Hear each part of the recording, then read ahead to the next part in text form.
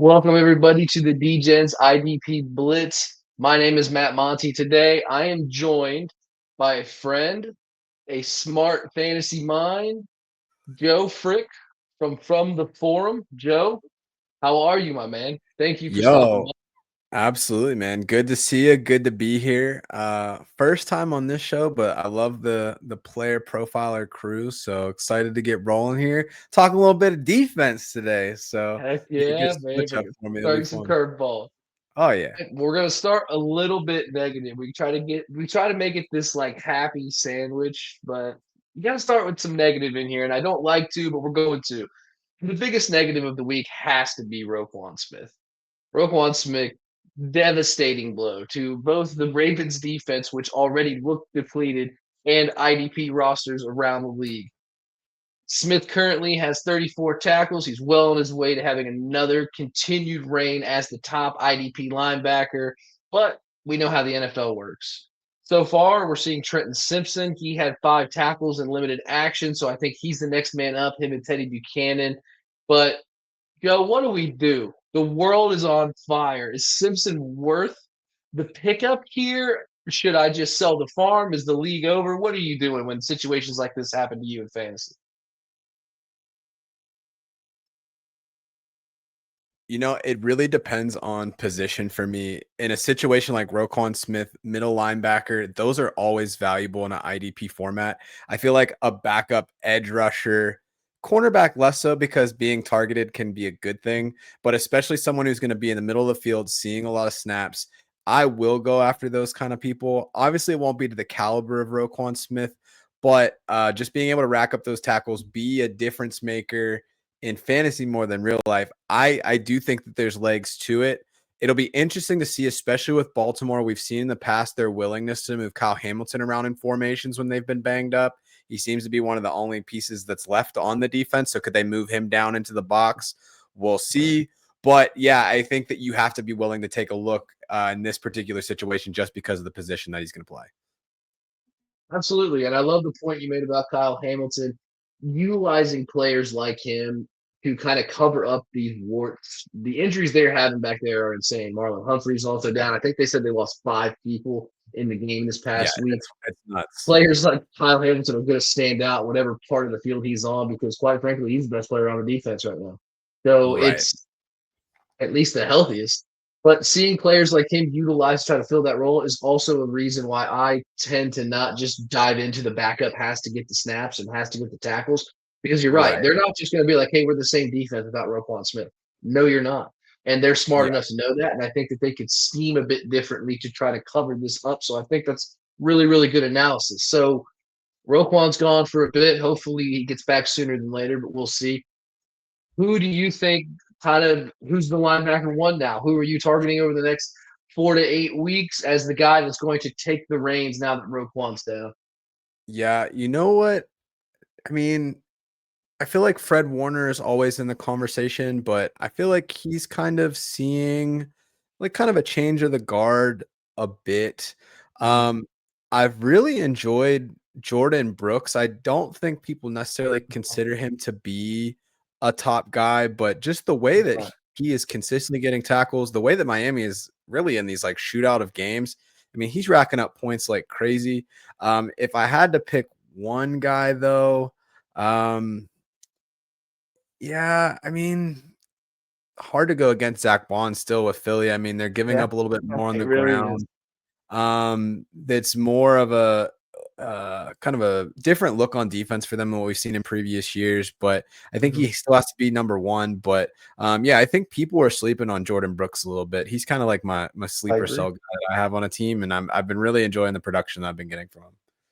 Absolutely. And he had kind of a down week last week, but then he exploded this week again. So Oh I yeah, it think that was there's going to be huge. some volatility. But both of those guys in Miami are just getting insane amounts of tackles. Yeah. So now that we've talked Roquan into the dirt, we're going to move on to the next one. Trayvon Walker, the edge rusher from Jacksonville Jaguars, highly regarded coming into the NFL. Right, everybody knows it. Number one overall pick in 2022.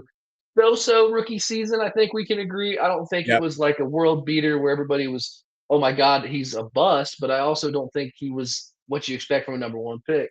No. He's had back to back double digit sack seasons. and he already has 2 on the season, but we see injury, and that always makes me a bit nervous. The Jags are probably going to go to a rotation that's going to involve Dwayne Smoot, Emmanuel Ogba, and Dennis Gardeck on the short term. And I like rotations in some places. I do not like backup rotations. I think that that's Mhm. kind of a landmine back there. How big of a loss is a Trayvon Walker, an ascending edge rusher in IDP? And then how do you think this impacts the Jaguars as a whole? Yeah, I mean, looking at the Jaguars as a whole, they've been the most productive fantasy defense across the board so far this year, right? Which that was not on anybody's bingo card. So No. that's going to be a huge loss for them. I think something that people don't necessarily appreciate about edge rushers, and you see Mhm. this a lot, say, for example, like in Pittsburgh, right? Where people are like, oh, like TJ Watt, he's getting triple teamed. Like, that's cool. But if you don't Yeah. have anybody else on the other side to complement that, then people are going to continue to make decisions like that. So I think in a situation like this, I mean, Jacksonville, I would say that they obviously have a lot of good pieces. I would say the secondary is the weakest part, and they would agree with that. That's why Mhm. they brought in Travis Hunter this year as a second overall Mhm. pick. But yeah, I mean, this is going to be a tremendous blow, especially for them to be able to get pressure, kind of drop back, sit back, and wait and get those turnovers that they've been doing such a good job of this season. But I don't think that I want any piece of those rotational guys on my team. So I'd be looking to pivot elsewhere. 100%. I don't like I said, I don't dislike rotations when you have like just an elite or a great 3, but when you start having the 3rd guy or the 2nd guy Right. become a part of a rotation with 4 and even a 5th guy in some cases, I just don't think you trust the unit as a whole, and I think that that's a fantasy landmine. So Oh, yeah. when you have injuries like the 2 that we just spoke about, are there any sort of strategies that you have in IDP leagues for navigating defensive injuries? Because not only is it a deeper player pool in some regard, but you also have less information out there to find long-term answers for some of these players. Do you have Yeah. anything up your sleeve that you think helps you when you lose a Roquan or a Trayvon Walker, somebody you got like a dynasty stash on, or how do you Yeah. navigate that? I try to lean more, not that I don't lean on draft capital in like for rookies and younger players on more traditional fantasy, but even more so on IDP. I think what's tricky about IDP is that big plays can greatly skew if you're looking at, oh, like if you're just looking at the lineups and it's like, oh, who are the top 10 guys right now? It's probably everyone that scored a defensive touchdown this year. And that's not going to be sustainable week over week, right? So I'm looking for guys that they are high snaps on the offense. I'm looking for guys that are on the field a lot don't play for teams that have good offenses that are going to be susceptible to kind of being on the field more. And then lastly, if they're an emerging player, if they were a first round pick in their second year, or if they had a good camp or something like that, where I mean, a lot of guys IDP, you can find different players. Right. And so it's like there's always going to be players there. Even someone like a Christian Ellis, huge game week 4, only 37% rostered. If that was like a Mhm. standard league, I mean, that guy's probably 80-90% owned if he was a wide receiver or a tight end or whatever. So there's Right. always going to be options out there. It's just who is going to kind of pop. And I think you need to see what you got and be willing just to kind of drop it. They could be a good player by name. They could be a good player in real life, but it Mhm. might not translate to IDP. So that's kind of the gotchas that I try to avoid Yeah. myself. No, I want to piggyback off of what you said there. I always found like when it comes to breakouts in IDP, I'm much more apt to just dive all into that in IDP than I am on offense because I don't think if you can get burned as badly in IDP if you take a risk on a player because there's such a volatility in the Mhm. game. Where if I'm going all in on a I don't know, Braylon Allen. If I feel like Braylon Allen's gonna do that, it can burn me in an Right. offensive fantasy football league. But in IDP, if I'm going after a second year linebacker, like you said, well, there's a quality amount of linebackers in this league that if you mess on those guys or miss up on those guys, you don't know it's not gonna hurt you as deeply unless you just never admit mistakes, which I also have a tendency to do at times. Yeah. But I really appreciated that strategy. And then in the offense strategy, where if the offense is on the field, the defense is or vice versa. The defense is not playing as much snaps, so having players Yeah. on teams like that, I think that's kind of I've never heard anybody say that before, but I am definitely going to steal that. So appreciate that. So today, the topic we're kind of going into is what do we know? Week 4 come and gone. So we're a little bit over a quarter of the way, or I guess it's not a quarter anymore. We play 17. So whatever. We're about We're that just about first there. quarter, yeah, of the NFL season. So I feel like now we know what the NFL is, or at least what the teams in the NFL are trying to do and trying to convey. And in those schemes, players are being used to what the scheme needs. There are players who are doing well in this situation. There are players who are doing not so well in this situation. And there's a player right now that I think we need to talk about, and that is Zaire Franklin, the linebacker for the Colts. He was likely one of the first IDP players off the board in a draft, and if you acquired him in the offseason, it was a high capital pick. He was a slam dunk, no doubt. This is your guy Yep. this year. Through 4 weeks, he's 53rd. He's 53rd in scoring at linebacker. I can't even look at that because it makes me so sick. He's got a favorable schedule ahead, if that makes you feel any better. He's going against the Raiders, the Cardinals, and then the Chargers, and all of those teams like to establish the run, and I like going against teams that run the ball right up the middle at a Mhm. good linebacker like Franklin who can react. But is it too early to panic? Because I'm feeling kind of panicky, Joe. I don't know if it is. I think one of the underrated things about Zaire Franklin this year, new defensive coordinator, much different scheme in Indianapolis, and defense is a lot more prone to you can only perform to what the defense wants you to do. It's hard to consistently be an exceptional player who doesn't follow what the scheme tells you to do. We're seeing him have a tackle efficiency of around 14%, which is completely fine and normal for him. But if he's seeing less than 50 snaps, he was been averaging about 65 snaps a game typically in the last few years. So with such a dramatic drop off, it's just the opportunities aren't there that they didn't have. So if not only do you have him playing less, but if you have a scheme where say they're pushing more to the boundary rather than going up the middle, he might be doing the right things, but the opportunities just won't be there to make it Mm, happen. When Gus Bradley was their coordinator, I mean, they were a cover three soft zone, make the tackle. The Colts don't look anything like that anymore. So no. it's just, I don't know. I think he's not somebody that you can just drop, but I would be looking to Right. pivot my lineup. So are you pivoting out of the lineup and off your team? Is he a trade guy? I would be willing to trade. I don't know off the top of my head. I don't know if you know how much time he has left on that contract of Dog his. on the Let me see. contract, I'll yeah. pull it up right now. So he has a extension through 27. So I would say that pretty much for the next couple of years, Yeah, he's that's stable. what it's gonna be, right? And he's not a young dude by any means. So he's already No. 29. He's gonna be in that system until he's 32. So yeah, I mean, he would definitely somebody that I'm looking to move. I think he carries that name recognition, so Yep, he's I gonna agree. command like a higher value back. I always struggle with IDP trades just because people don't Right. value the players as much, Mhm. I But I agree. think if you're looking for like an upgrade, he might be a good throw in and be like, hey, like I'm trying to upgrade at receiver. Here's this bona fide linebacker and this Yep. other guy to kind of push it over the edge. So that's probably how I would approach it. Mhm. I agree. He doesn't have to be the steak, but who doesn't like steak and potatoes? So I That's think that real. when you have to value IDP, that's kind of how I look at it. Because you're right. Yeah. You can have a linebacker that's a no doubt starting your lineup guy, but he doesn't have the value of a no doubt start your lineup receiver. Yeah. So when you're trying to tier up, like you just said, it's an absolutely perfect way to trade an IDP. Just use them as kind of the bow, the sprinkle on That's top. Who right. doesn't That's like a right. little bit of flash? I know you like a little bit of flash, Joe. I've seen some of the outfits you wear. You So know, you can appreciate when somebody sprinkles a little cherry on top for you, hey huh? man, you said you're talking about steak. There ain't no steak without a little bit of sizzle, man. So Yes, sir.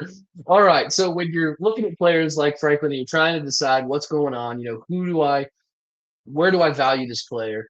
Are there any red flags that you look for or green flags maybe that to try to calm yourself in evaluating players that you don't know whether you want to start or not? yeah, I think that it's very easy early in the season to get look at the, oh, he has this many tackles compared to this, or like he is ranked Yeah. at this particular point. I think one of the biggest surprises that we see in the Colts this year is that their offense is tremendously improved. So if you're thinking about the Colts going into the season, it's like they're probably gonna have to rely on their defense. They're not gonna be doing a lot, and they're probably gonna lose the possession battle. That offense has been Mhm. humming. Jonathan Taylor's having a resurgence. So it's like, all right, well, he's just getting less opportunities. And I think that they had a little bit of a cupcakier schedule going in, so they're going to have more difficult games. He's going to have it. Now, if he was playing less than 85% of snaps or was being pulled off the field in Right. situations, those are the kind of red flags that I'm looking for. But I think it's just being able to deliver on opportunities that haven't been realized more than anything. But if you are like, okay, like they're gonna have some more dogfights. You're gonna have the divisional games. I believe in that. I mean, I could totally get behind that. If you're like, hey, like this offense is legit, they're gonna try to ground and pound their way to some wins, and it's like, all right, then he probably isn't going to be realized in value. So it's I really a agree. judgment call on the offense, assuming that those like peripherals of snap counts, different things like that are all situated. Heck yeah. All right, we're gonna go into Jesse Bates. What do we know now about Jesse Bates? He's always been an elite IDP option at the defensive back position. We all know defensive backs. They're either great or they're mid. There's really no in between. There's so many of them, they can get watered down a bit. So when you see guys like Jesse Bates, they emerge and they are you almost want to swipe them up immediately just because it doesn't happen often. And since the moment he entered the league, he's been that guy. This season, he's pacing for career lows in all statistical categories, every single one. The Falcons are playing a lot of young guys back there right now, and I Mhm. don't know what that means for Jesse Bates. I just know that it's happening. We're probably seeing a bit of a change at the guard. We're seeing Jesse Bates transition to the final part of his career. I mean, he's been in the league for a long time. He was the original Bengals drama, the OG drama in the Burrow saga, and it has only gotten worse over time, my friend. So, though, is Xavier Watts. He's kind of who's pushing Bates out right now. Is he so good that he's making Bates back, or is something else going on that's causing this? Yeah, I mean, if you look at kind of like snap counts, things like that, those peripheries that we were just talking about, they look fine for Bates, but yeah, Watts is a dog, man. So I don't know. They got to find ways to get them both on the field, but I do think that it limits the upside for Bates. It also limits the upside for Watts.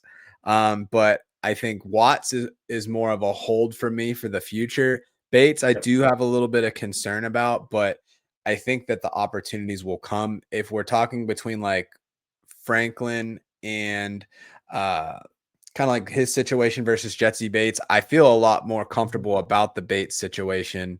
I think it's just a matter of Mhm. having those opportunities Yeah. realized. They can be more infrequent in the secondary. The other thing Mhm. too, and we might see a shift in this as well, if you're choosing between an unproven rookie and Jesse Bates, who are you going to attack, right? Yeah. So I think Yeah. as they're starting to see, all right, we can't just like keep doing this. We got to try some things Right. out. I'm more willing to ride out kind of the ebbs and flows of cornerbacks and defensive backs more so than like a Mhm. linebacker. There's kind of like a, all right, I have this expectation of what you're going to do for me. You are my Yeah. floor anchor kind of player. Yeah. I agree. I agree. So then right now, I'm just taking from that answer, you're probably, if you had to pick one, Bates over Watts right now.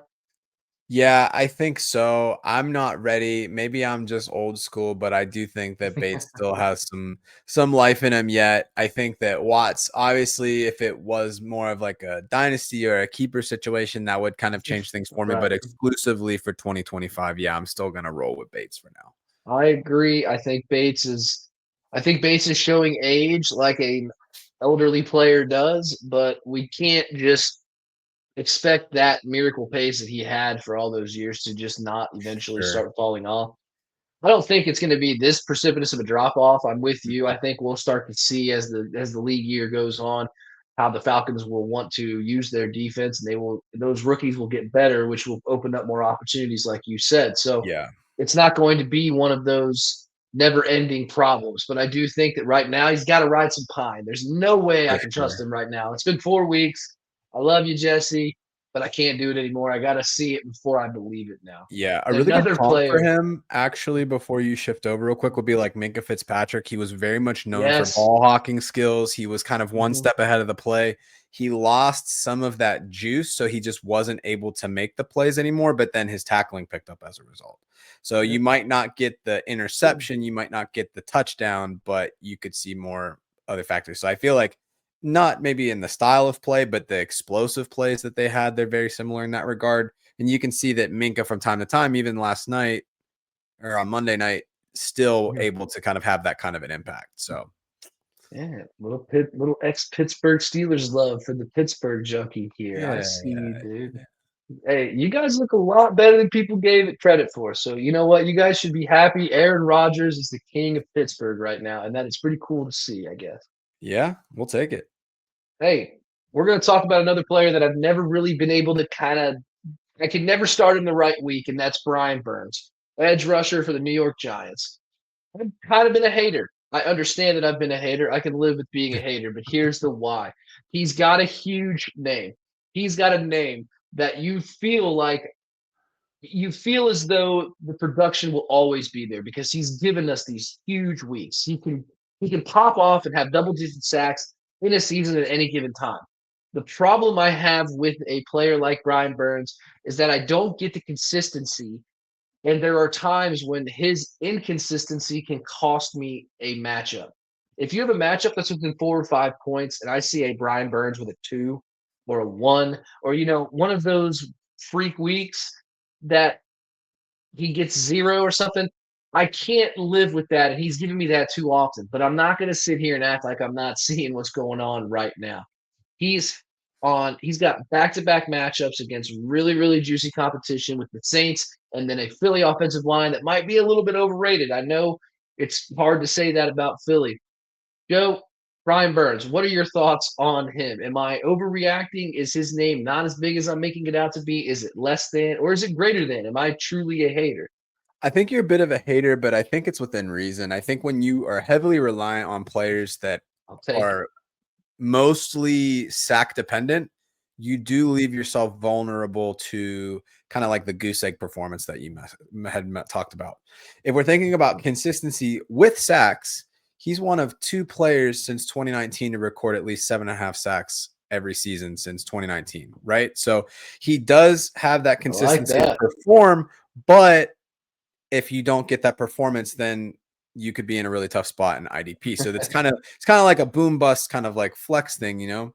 But I will say this: we talked about a little bit earlier how having a premier person on either side really allows both to eat. That Yeah, Giants line, man, it is crazy. And yeah, it's like it's we good. know that the offense is going to be worse off with Malik Neighbors going down for the season. Right. We'll see what happens with Jackson Dart. So I think that Burns, I like where he's at. He's somebody that I would be targeting pretty heavily. And also anybody that can do a Spider-Man celebration after a sack, like that's A1 in my book. So I'm excited for him this year. I think that he's gonna have probably a career year this year. Currently the sack leader. Ooh, I don't see him slowing down at all. wow. You think you can challenge the sack title? I think he can Willing to for say it? sure. Oh, all right. All right. Hey, I think he's having a great year, and I'm not just going to act like that's not happening. And you know what? Right now, you got to ride the hot hand. You got to trust it until you can't trust it. It's the same. Yeah. It's the same argument we just had for Zaire Franklin or whoever else we were talking about, or Jesse Bates.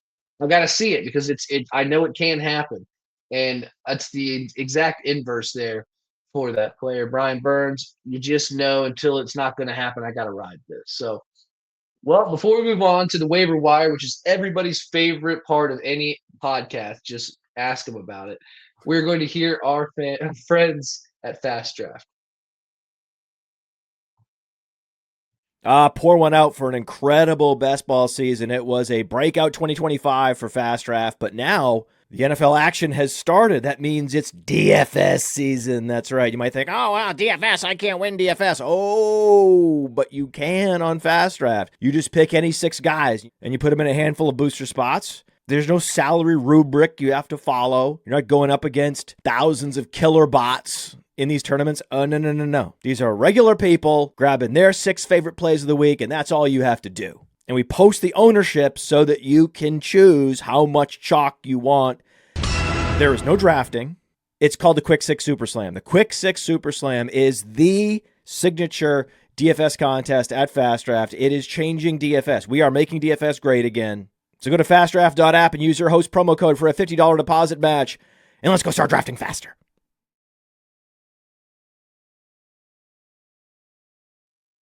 All right, make sure you use the promo code DGEN, that is DEGEN, for a $50 deposit match on Fast Draft.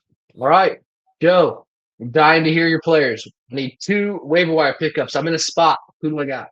All right, so somebody that I think is a really interesting pickup for the week. We were talking about who was like a potential linebacker replacement. I really like Mac Wilson for the Cardinals. He's 8% rostered right now. He's pretty much the only player on the Cardinals roster who's been a full-time linebacker. So just from the concept of looking at like linebacker 2 upside with additional potential, he's currently on pace for 140 plus tackles, 4 passes defended, tackle for a loss. So he's getting 12 to 15 points a game in standard scoring. You could probably get him for $10 or so with Fab. So I just think that that's a really solid place. He's basically taking Kazir White's role. So I think 90% of snaps, a lot of tackles. I think that he's somebody that's going to continue to blossom as the year goes on. Perfect. Love it. I second everything you just said. Kazir White, I've been ahead of the fall off because I think I've been more hoping for it than actually seeing it, if that makes sense, because I'm just ready to see some new blood in the Arizona defense. There's just never anybody there that I care to have on my rosters. And it's cool to see Mac Wilson get this opportunity. So great pickup. Who's your second guy? Let's see. So I think my second guy is going to be Nick Cross. He's a little bit more rostered, right? But I mean, he's been having a pretty big season so far. He's leading the NFL with tackles. He's again in that like DB1 territory, 12 to 14 points. Him and Cameron Bynum, great duo. I really like Nick Cross coming out of college, and it's cool to see him kind of get that guaranteed volume. So if he can continue to have that upside, continue to get more work outside of just the tackles, I mean, he could be an absolute elite stud in fantasy. I agree. I think that that's the best safety duo in IDP right now. It's rivaling what Miami's linebackers are doing. It's that type of a 1-2 punch. Yep. Cross, I love having players that have the potential to have the best week at their position in the league. And Cross has shown us an ability to do that in his career. So the fact that he's even available is one of those things where it's like, man, if you do see that in your leagues, regardless of your size, I think he needs to have a bench spot. I really do. I don't think he should be hanging out there for somebody else. And then you just got to know that defensive backs are going to be volatile. But if I'm going to have volatility, I want the volatility on the high side as well, not just the floor falling out from me. So great pickup.